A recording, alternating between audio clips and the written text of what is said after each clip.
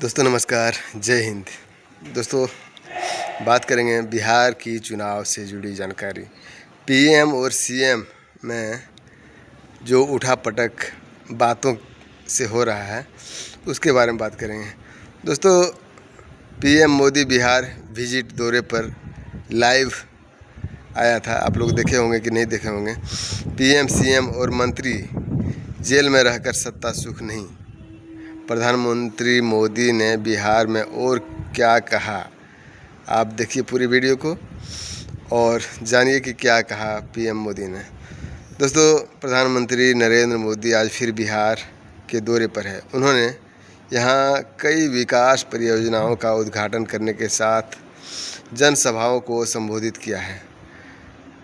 उनका यह दौरा ऐसे समय में हो रहा है जब बिहार में विधानसभा चुनाव को लेकर राजनीतिक हलचल तेज है।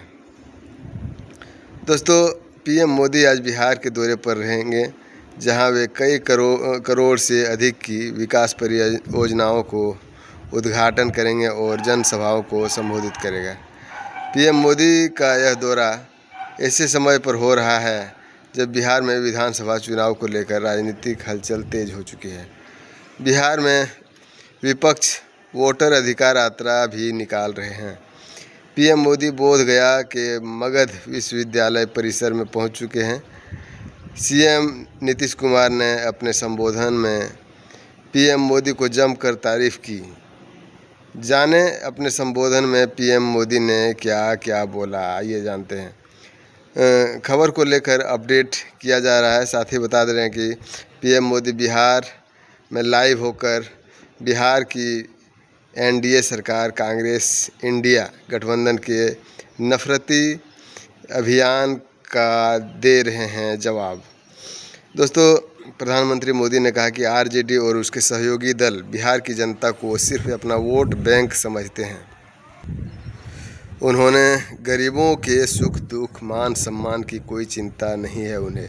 कांग्रेस के एक मुख्यमंत्री ने मंच से कहा था कि बिहार के लोगों को अपने राज्य में घुसने नहीं देंगे। बिहार की जनता के साथ कांग्रेस के दुर्व्यवहार को देखने के बाद भी आरजेडी के लोग गहरी नींद में सो रहे थे। बिहार की एनडीए सरकार कांग्रेस इंडिया गठबंधन के इस नफरती अभियान का जवाब दे रहे हैं। दोस्तों 30 दिनों के भीतर लेनी होगी जमानत, ये जो एक कानून लागू किया था उसके बारे में मोदी ने क्या बताया। प्रधानमंत्री नरेंद्र मोदी ने संविधान के 130वां संशोधन अधिनियम कर रहा है कि अगर भ्रष्टाचार के खिलाफ लड़ाई को अंजाम तक पहुंचाना है तो कोई भी कार्रवाई के दायरे से बाहर नहीं होना चाहिए। पीएम ने कहा कि आज ऐसे कानून है कि अगर सरकारी कर्मी कुछ घंटे हिरासत में रख दिया जाए तो वह अपने आप सस्पेंड हो जाता है, लेकिन अगर कोई मुख्यमंत्री मंत्री या प्रधानमंत्री है वो जेल में रहकर भी सत्ता का सुख पा सकता है। हमने देखा कि जेल में ही फाइलों पर साइन करके सरकारी आदेश निकालने जा रहे थे। उन्होंने कहा कि नेताओं का यही रवैया रहेगा तो भ्रष्टाचार के खिलाफ लड़ाई कैसे लड़ी जा सकती है।